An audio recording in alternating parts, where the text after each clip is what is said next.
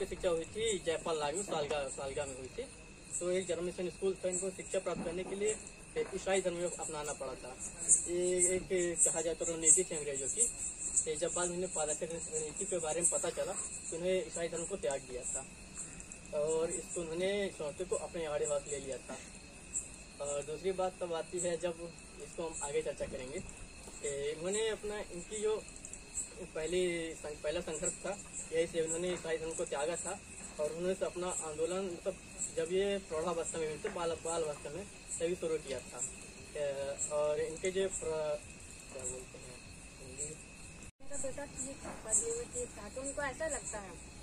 तब उसके बाद वो मतलब उनके जो रिश्तेदार हैं जो भी कुछ हैं उनको आगे पढ़ने के लिए भेजते हैं कि हाँ भाई आप पढ़ने के लिए जाइए। तो उस समय क्या है, पादरी लोगों के स्कूल हुआ करते थे, उनका जो खुले हुए स्कूल, तो वो कहते थे कि आप वहाँ पे जाइएगा तो आपको अच्छी शिक्षा मिलेगी।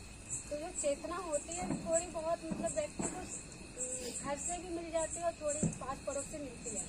तो उस समय जब वो पादरी के स्कूल में जाते हैं, वहाँ पे पढ़ते हैं, तो वो एक चीज़ देखते हैं कि पादरी क्या पढ़ा है, वो कहता है।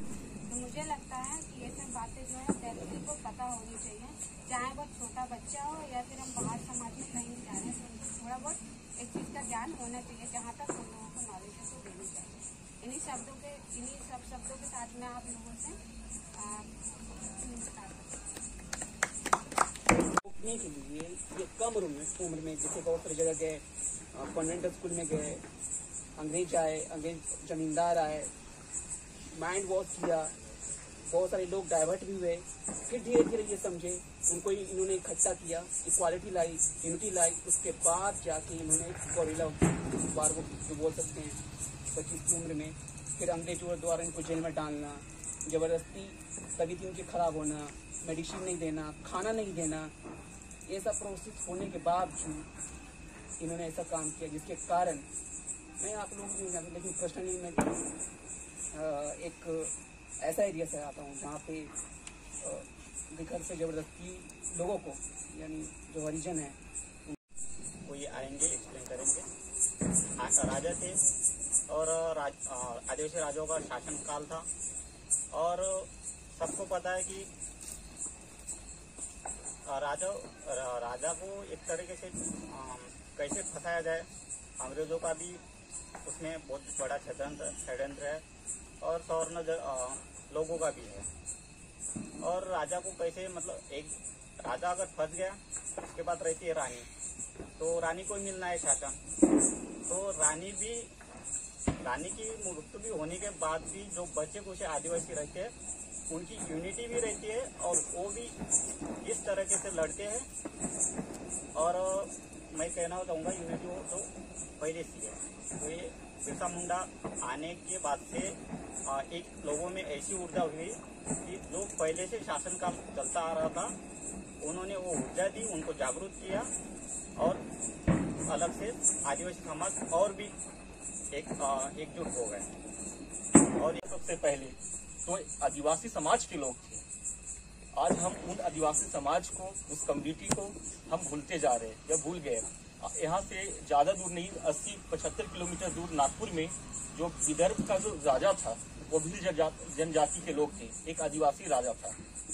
आज आदिवासियों के क्या दशा है, क्या दिशा है इस महाराष्ट्र में, आप झारखंड, बिहार और दूसरे राज्य को तो छोड़ ही दीजिए। तो मेरा कहने का मतलब है, एक तरफ उन जातियों को चुन चुन के अंग्रेज ने अपराधी घोषित कर रहे थे और दूसरी तरफ यहाँ के जो अपर कास्ट के लोग हैं, जो एलिट क्लास के जो लोग हैं, अपने को राय साहब, बाबू साहब और अन्य उपनामों के रही है, जिसके तहत उन्होंने काम करके समाज के लिए भला किया। अभी हम ग्रेजुएट हो गए, ज्यादातर लोग ग्रेजुएट दिख रहे हैं, कुछ पीएचडी हो गए, हम पीएचडी में हैं, अभी कल को पीएचडी पास आउट हो जाएंगे। लेकिन हमने अभी तक क्या योजना बनाई है समाज के लिए, ये ज़्यादा डिपेंड करता है। क्योंकि लड़ाई भी अपनी जगह है, लड़ाई अपनी जगह है। हर किसी के मस्तिष्क का सोचने का तरीका अलग अलग है और हर किसी के काम करने का तरीका भी अलग है। हर कोई रिएक्ट भी अलग तरीके से करता है। जरूरी नहीं है कि अगर मैं किसी को जवाब नहीं दे रहा तो फिर मैं उससे लड़ नहीं रहा हूँ। दिमाग में नीतियाँ होती हैं, सबके सोचने का पैटर्न बिल्कुल अलग होता है, 100% अलग हो सकता है कई बार। कई बार इतना अलग हो सकता है कि एक ही लड़ाई के अंदर आपकी अलग तरीका होगा, मेरा अलग तरीका होगा, और मेरा तरीका मुझको सही लगेगा। गणितों को समझने के लिए कम से कम मैं तो मानता हूँ कि ग्रेजुएट होना चाहिए आदमी, और लगभग यहाँ ग्रेजुएट है। अभी हम क्या पढ़ चुके हैं, आप देख रहे हैं कि हमारे बड़े बुजुर्गों के नाम पर नीतियाँ बन रही हैं समाज में, मगर उन नीतियों का लाभ किसी को नहीं मिलता। मुश्किल से 4 से 5% लाभ असली उस आदमी तक पहुंच पाता है जिसके लिए वो लाभ की योजना बनी है। किसी भी प्रशासन तो दुशासन बन चुका है, तो कपड़े उतारने में लगा है सब, बाकी उसको मौका भी हम ही सब दे रहे हैं।